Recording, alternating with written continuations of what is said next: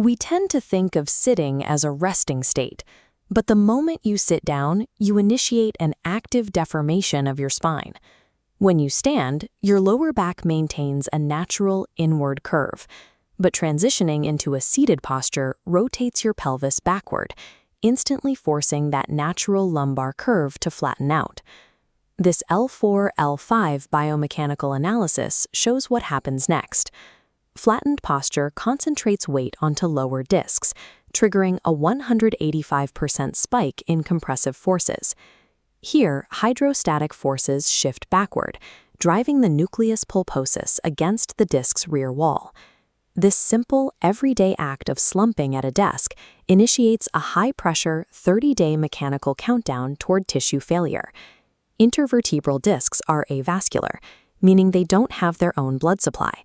They rely entirely on dynamic, physical movement to pump nutrients on and waste out. This 2D cross-section reveals what happens when that movement stops. By your 8th hour of static sitting, constant vertical pressure physically squeezes up to 12% of the fluid volume completely out of the disc's center. This severe fluid displacement has a highly measurable physical result. Over the course of a single workday, your spine actually shrinks, losing up to 15 millimeters in overall height.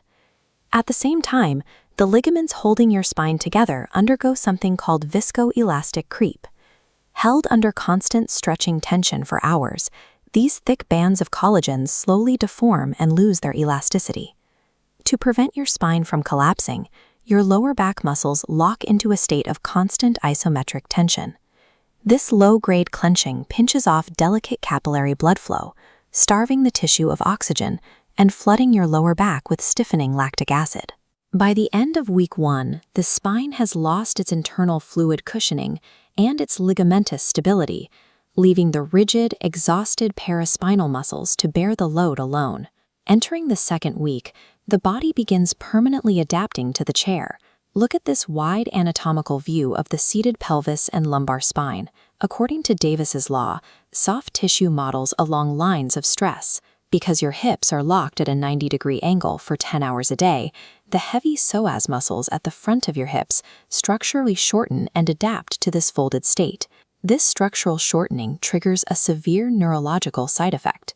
These hyper-tight muscles at the front of your body begin sending continuous inhibitory nerve signals to their opposing muscles at the back of your body.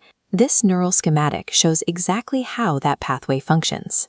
The primary hip extensors, your glutes, are actively suppressed by the tight hip flexors, forcing them into a dormant, neurologically inactive state, known clinically as gluteal amnesia.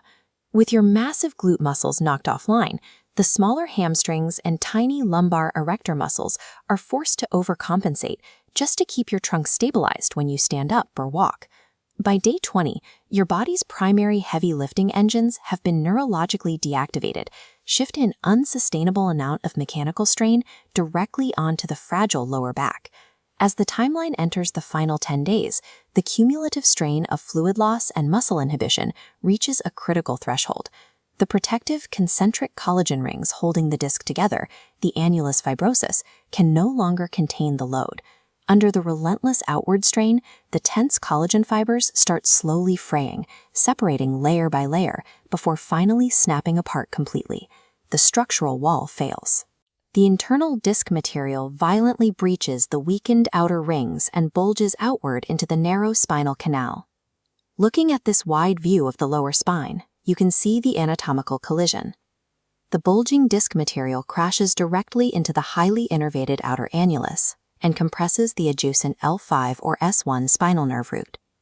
This single point of contact triggers a massive, radiating wave of sharp, burning neuropathic pain that shoots downward through the pelvis and along the posterior leg. The clinical diagnosis is sciatica. With the spine's fluid cushioning drained, its ligaments stretched thin, and its supporting glute muscles deactivated, the tissues have reached the limit of their mechanical tolerance. The resulting rupture at day 30 is the predictable outcome of this month-long decay. To arrest this cycle of decay, you must aggressively interrupt the mechanics of the seated position. The foundational intervention is the 30-minute interruption rule. You must break your static seated posture every 30 minutes with exactly 2 minutes of standing or walking.